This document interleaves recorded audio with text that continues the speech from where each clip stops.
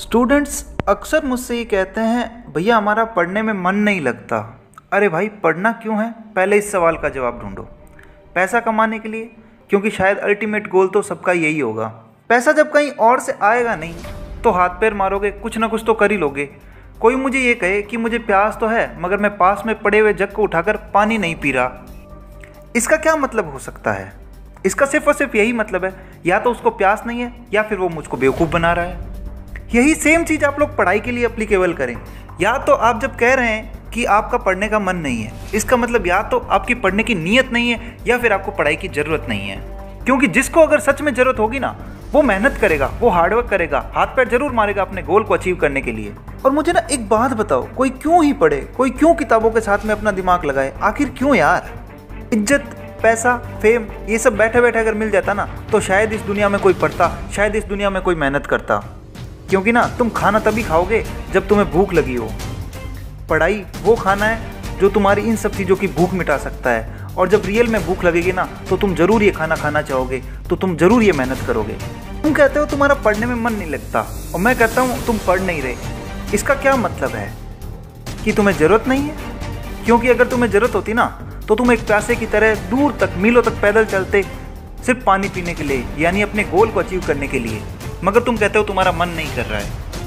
हकीकत यह है कि जब कोई प्यासा होता है तो उसका पानी पीने का ही सबसे बड़ा मन होता है, सबसे बड़ा दिल होता है।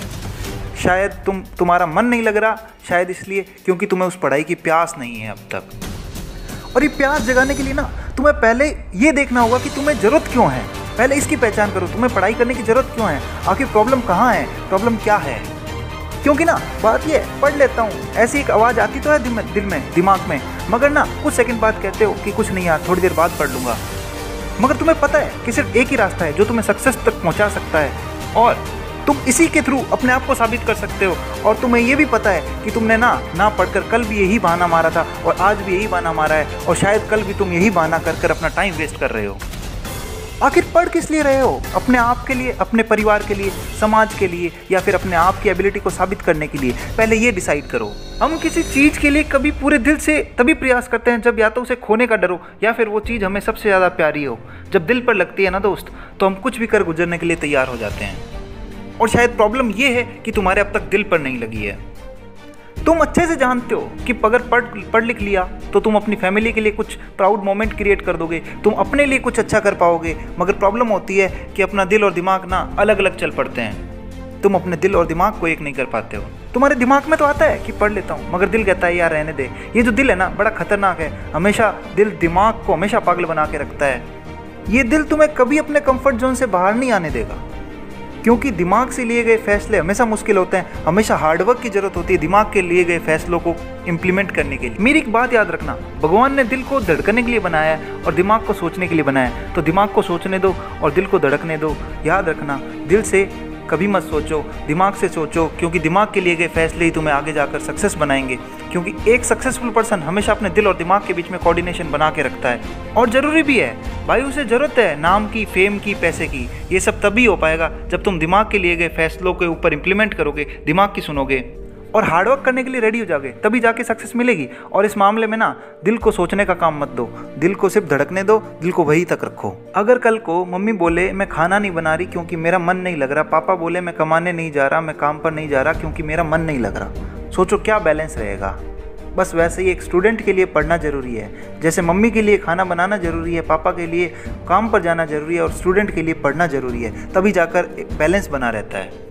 मान लिया अगर तुम एक अनकैपेबल फैमिली से हो, एक बार सोचो कि क्यों मेरे घर वाले इतने प्रॉब्लम्स फेस करके भी मुझे पढ़ा रहे हैं। एक बार सोचना जरूर, आखिर क्यों, क्या रीज़न है जो फैमिली वाले मुझे काम पर नहीं भेज रहे, मुझे पढ़ाने की चाह रखते हैं। मैं बताता हूँ, क्योंकि उन्होंने जीवन में दुख देखे हैं, उन्होंने जीवन में दर्द देखे हैं। शायद वो चाहते होंगे कि हमारा बच्चा खुश रहे, शायद उनकी आने वाली जनरेशन्स खुश रहे, आने वाली पीढ़ियाँ खुश रहे। उन्होंने जो दुख देखे हैं वो शायद तुम ना देखो, शायद तुम एक सक्सेसफुल पर्सन बनकर आगे बढ़ो। और अगर तुम ये कहते हो कि तुम्हारा पढ़ने में मन नहीं लग रहा है, तो धोखा दे रहे हो, तुम अपने घर वालों को बेवकूफ़ बना रहे हो, क्योंकि बेवकूफ़ बना रहे हो तुम खुद को। अगर तुम ये कहते हो कि मेरा पढ़ने में मन नहीं लग रहा, सिर्फ और सिर्फ ये एक बहाना है ना पढ़ने का। क्योंकि दोस्त बात मन लगने की है ही नहीं, बात है ज़रूरतों की, बात है नीयत की।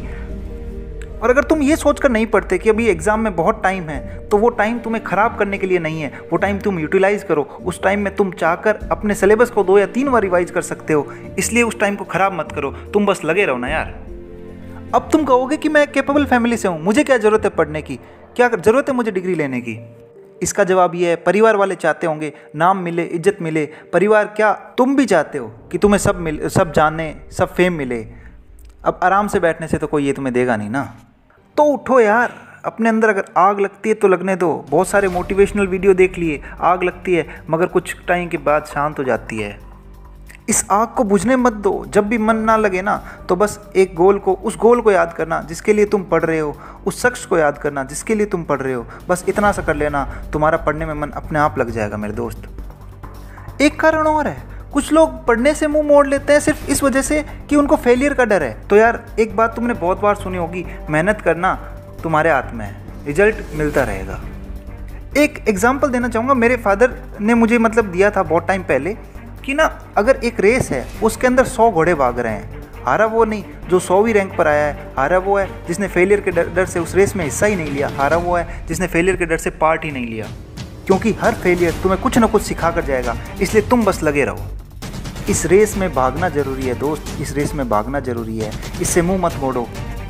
अब अगर बहुत कोशिश करने के बाद भी तुम्हारा मन नहीं लगता है, तो शायद तुम जिस जगह हो वो जगह गलत है। तुम इस जगह के लिए बने ही नहीं हो, तुम इस जगह पर ज़बरदस्ती आए हो, किसी और से इन्फ्लुएंट होकर तुम इस जगह पर आए हो।